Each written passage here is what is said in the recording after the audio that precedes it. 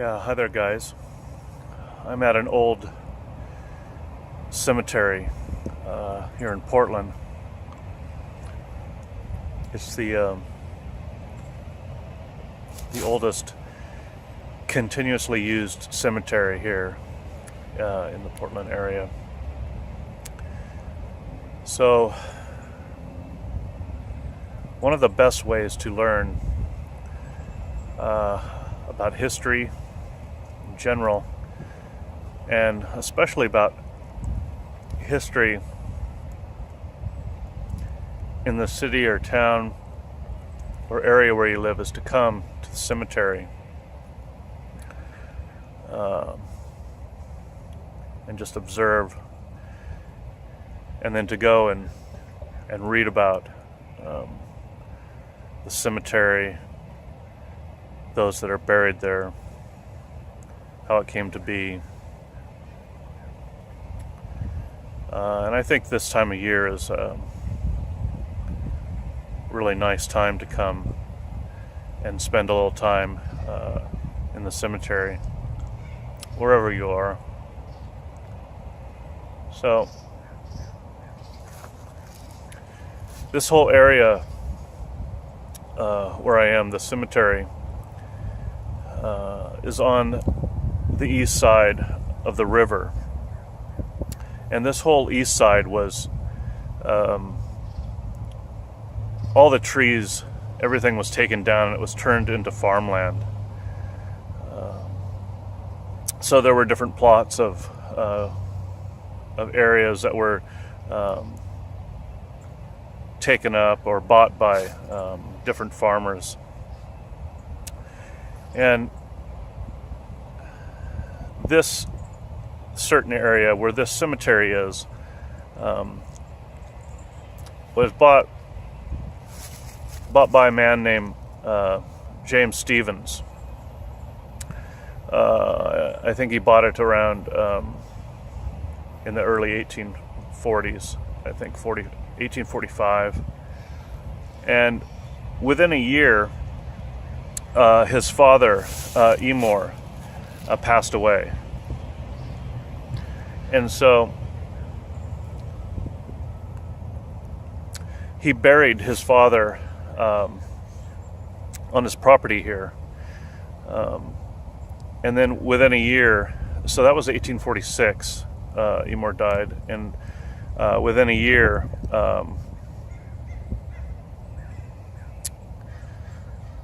he sold the land.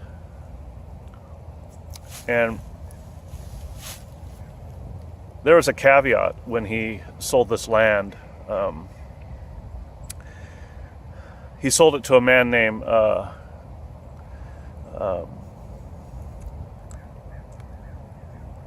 Colburn Barrell. And there was a caveat when he took the land, that he was to care for the gravesite of James' father, and he did so. And Colburn owned a steamboat. In those days, I'm going to switch my hands. In those days, there weren't many bridges over the river here, so there were steamboats that would take people across and vehicles across. So Colburn owned this steamboat called Gazette, and that steamboat blew up. There was an explosion, and it killed a passenger, and it killed his business partner, Crawford Dobbins. And so he buried those two here on this land that he had bought. And so those were the next two people buried in this area.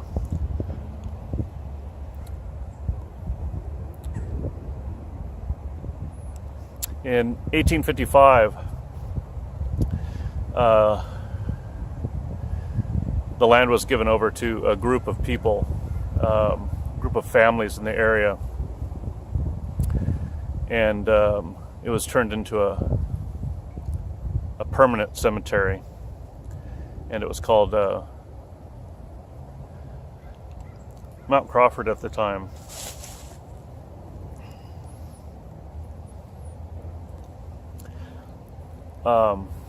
In 1866, it was renamed Lone Fir Cemetery for the fact that in this whole area there was only one fir tree standing. There were no other trees around. It was just open space. So there was one fir tree standing, and it still stands today. And I'll show you that in a minute. So this cemetery now is also an arboretum for the city. It has over 700 different trees on the land here, and about 70 or so different species of trees. And so it's a rather large plot of land, about 30 acres. For those in the rest of the world, about 120,000 square meters. So it's a a rather large piece of land right in the middle of the city, and a place where many people come to visit. And I think there are about 25,000 people buried here in the cemetery, and interestingly, about 10,000 of those are unknown.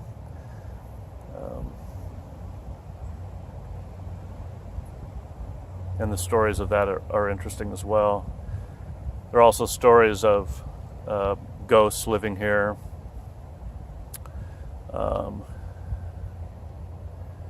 And if you come during Halloween, they have tours that they give of the cemetery here. And they tell all these stories. The different people that are buried here,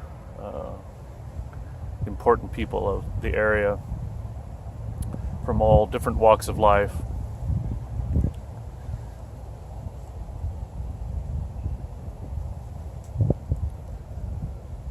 So, let me show you around a little bit. So, as I said, this area was sold to a man. James Stevens sold this land, this farmland, to a man named Colburn Barrell, and he's buried here with his wife.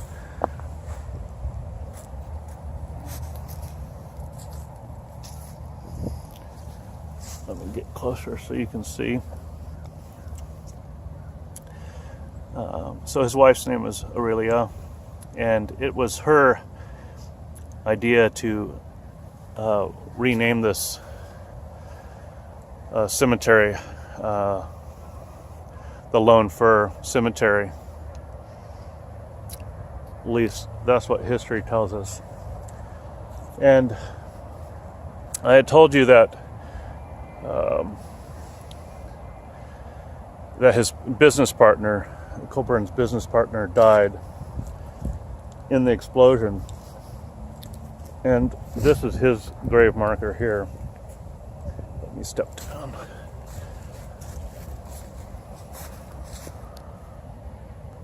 So, Crawford Dobbins,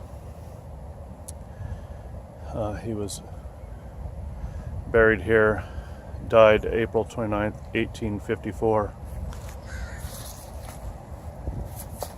Back up so you can see that.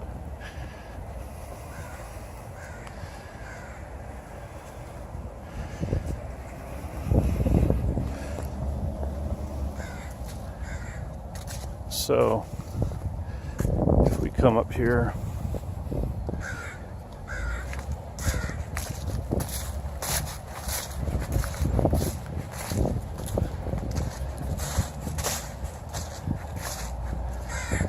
This is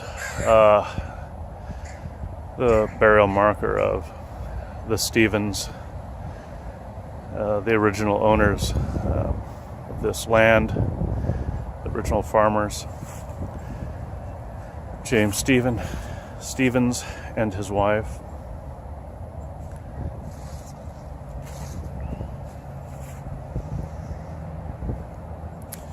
And we presume much of his family here too.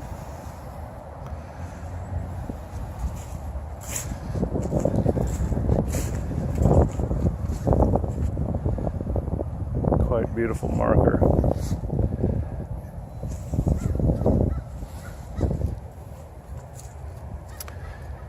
And then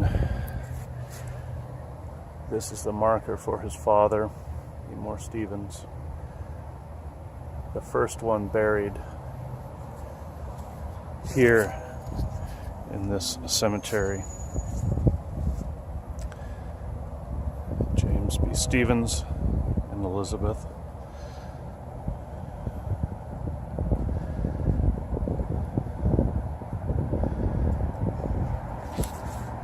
So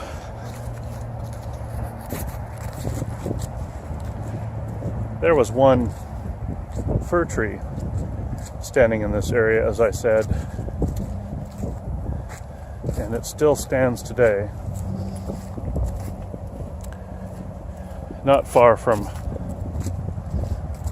the grave markers I just showed you. So let me show you the tree.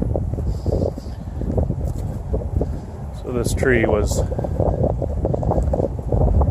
here in the 1840s. There it is, still standing today.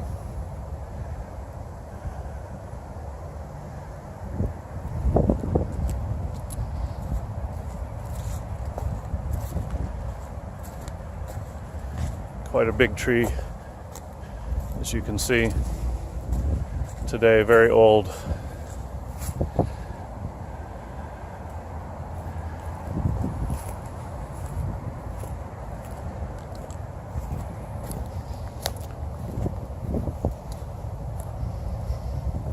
So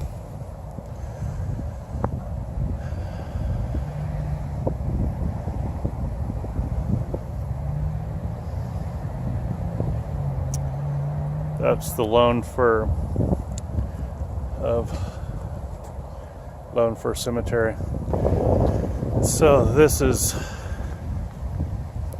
a mausoleum here, cemetery.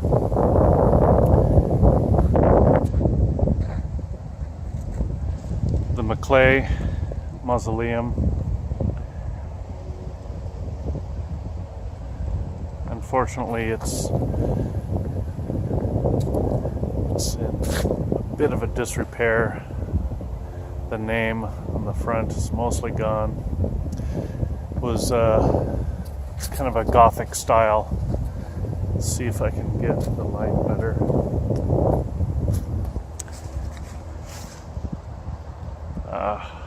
Go around the side. It was built in 1877 for the Mcclay family. I think it was James Mcclay was an important banker in the area. And they had this built.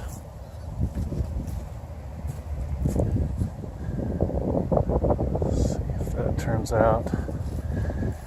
It's quite beautiful, but as you can see,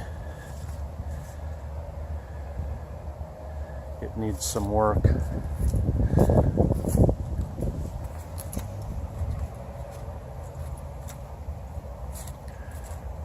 Let me see if I can show you the front entrance. You can't go in, it's locked, but let me see. Let me get that to work.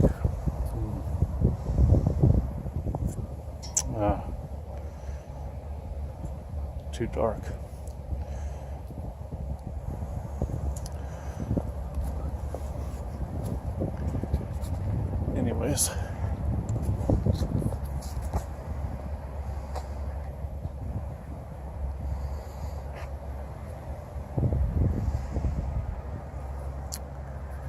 That's the Mcclay Mausoleum.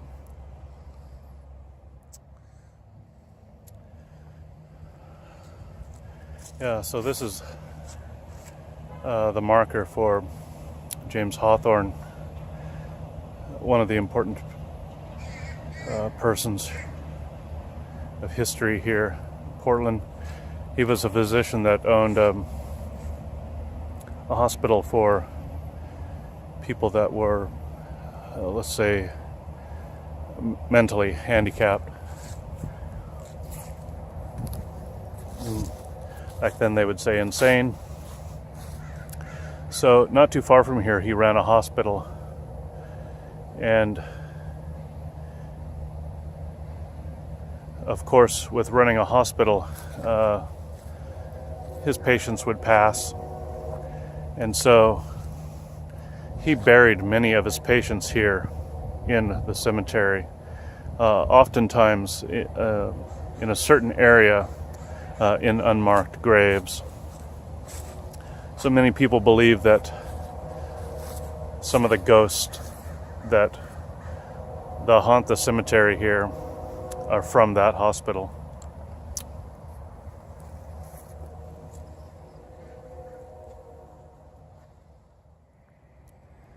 And another person of interest is, I think I've talked about him before, is Asa Lovejoy.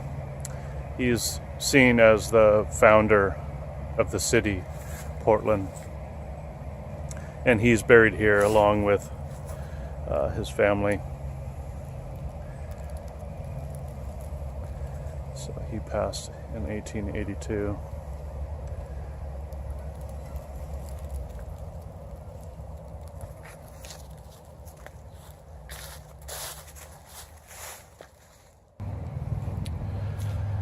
So, 1903, they set up a memorial for soldiers who fought in the so-called Indian Wars, the Mexican-American War, the Civil War, and the Spanish-American War. And then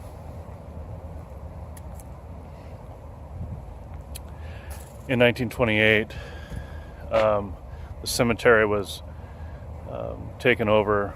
The control was given to the Metro, and it's been controlled and maintained by the city since then.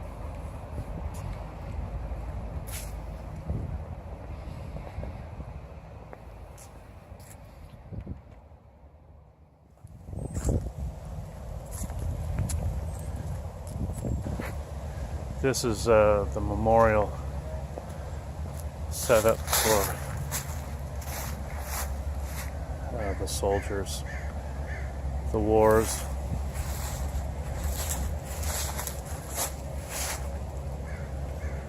Abraham Lincoln and his address.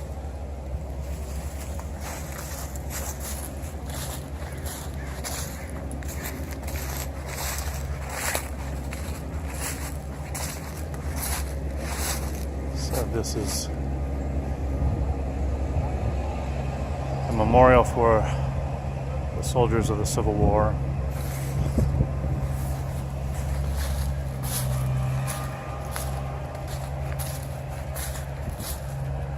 The Mexican War.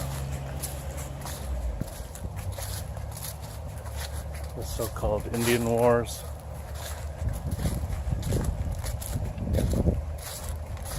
And the Spanish-American Wars.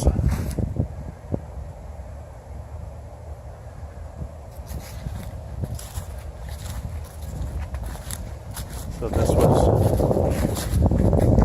set up in 1903.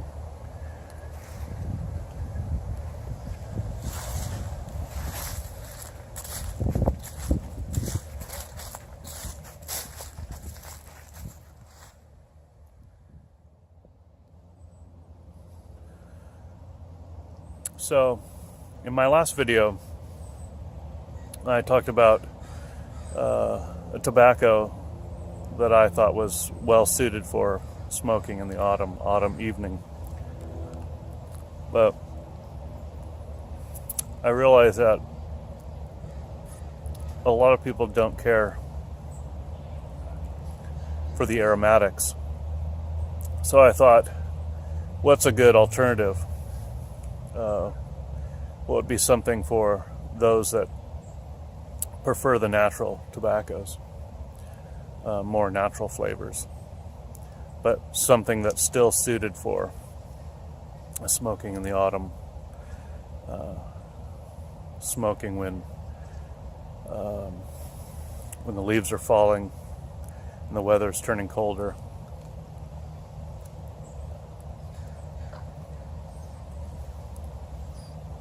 And I have an alternative, something I like to smoke this time of year that's more natural. Well, it is a natural.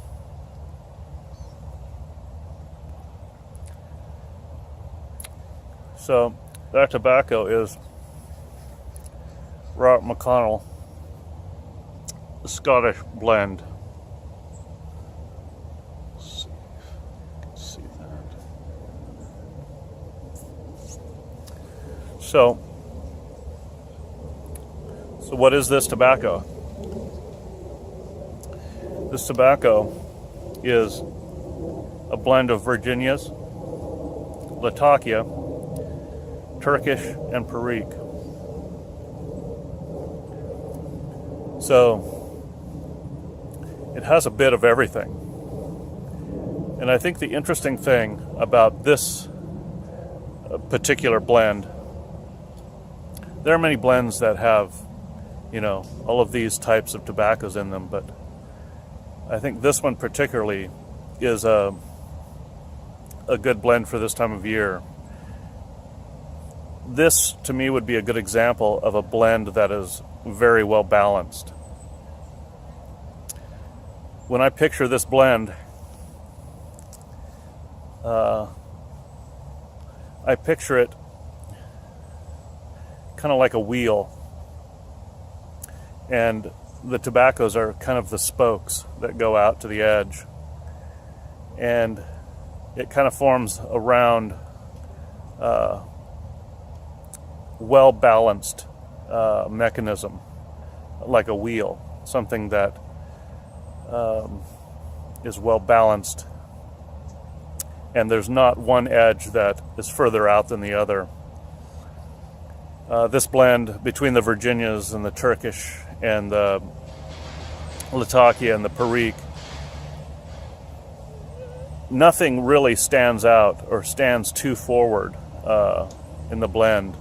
Although I would say perhaps because the Latakia is one of the stronger tobaccos in this blend, that it can definitely be detected, but it's not, I think, one of those blends that you would call a Latakia blend. So if you're looking for something that's very, full Latakia, this is not it. This is a blend that's really well balanced, and all the flavors come together to kind of form a certain flavor, and they're very well attached to one another. And one of the reasons why I think this is a good tobacco for this time of year is it reminds me of trees. The tobaccos come together for me to form a really,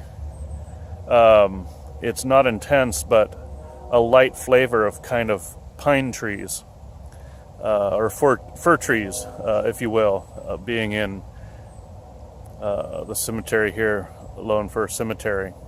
So I detect a type of pine or fir, but it's not strong, it's not overbearing, it's not bitter or bitey or anything like that. It's very smooth and very gentle on the palate, but it still gives you the good flavor that you would like to have for this time of year. And all the tobaccos come together to form a circle. They all complement each other, and there's not one that's fighting to come to the front and overtake and overpower the others. So it's a good alternative, I think, for those that like the natural tobaccos and really prefer something that's not cased and that really exemplifies and brings out the natural flavors of tobaccos in a blend that is complex yet simple. So I said that Autumn Evening is a very simple blend, and it is that. It's a very simple blend. But in a sense, this blend also is simple, but it has a certain complexity to it. And the complexity that you find in this one is all these different varying tobaccos coming together to form a perfect union, a well-blended and well-characterized tobacco that suits this time of year. So that's it for today for the Lone Fir Cemetery here in Portland. Hope you guys are well. Hope you guys are enjoying some good pipes and good tobacco here in the autumn, wherever you are, whatever tobaccos you enjoy. So if this Robert McConnell sounds good to you, give it a shot. See what you think. It is a good tobacco. It's not too strong. It's good on the palate, and I think it'll be well suited for this time of year. So you guys take care, and we'll see you.